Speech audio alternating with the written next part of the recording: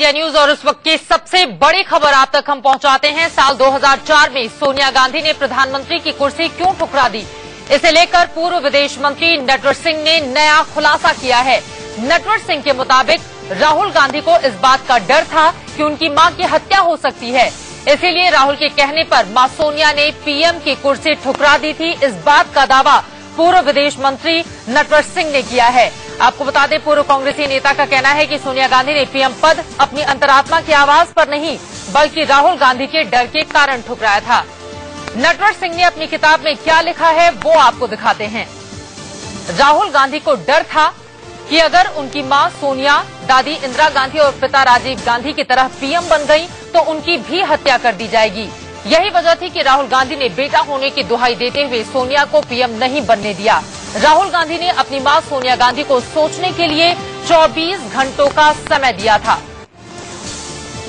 बकायदा 24 घंटों का समय दिया था राहुल गांधी ने। हालांकि राहुल बेटे के तौर पर अपना निर्णय पहले ही सुना चुके थे।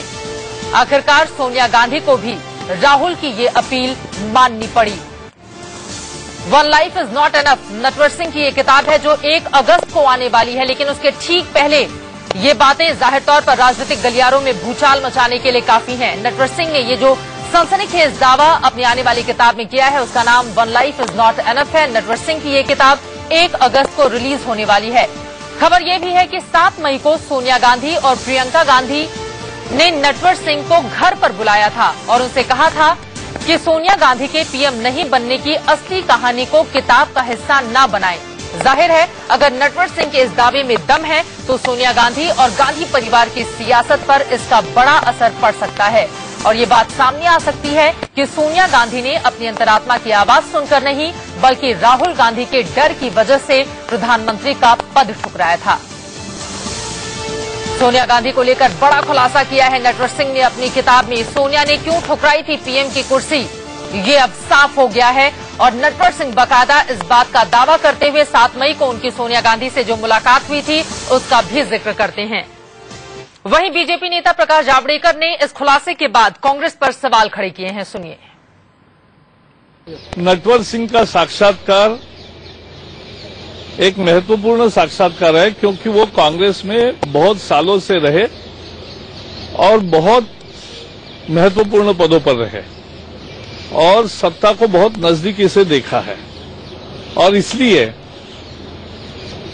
इस तरह से जब उन्होंने वर्णन किया है कि किस तरह से कांग्रेस का काम चलता है तो ये बयां करता है कांग्रेस का अलोकतांत्रिक चेहरा। ये कहते कुछ है लेकिन इनका चेहरे का असली रूप, असलियत बाहर आई है, ये बेनकाब हुए हैं। सोनिया गांधी डेमोक्रेटिक हैं, सबकी बात सुनती हैं, समझती हैं और उसके बाद ही मन बनाती हैं।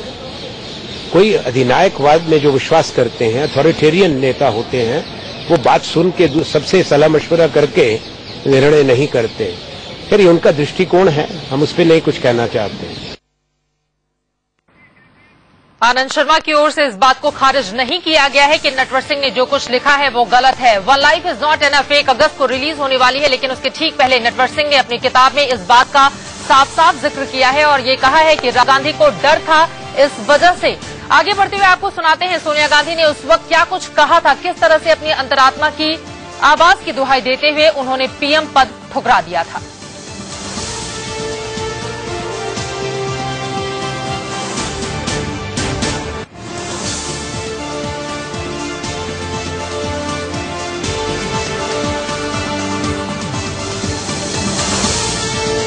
आपको बता दें मई 2004 का वो बयान भी हम आपको सुनाने की कोशिश करेंगे जब सोनिया गांधी ने अपनी अंतरात्मा की आवाज की दुहाई देते हुए प्रधानमंत्री का पद ठुकरा दिया था। उसके बाद हमने देखा था राजनीतिक गलियारों में भूचाल मच गया था और कई कांग्रेसी नेता तो मरने पर उतारू हो गए थे।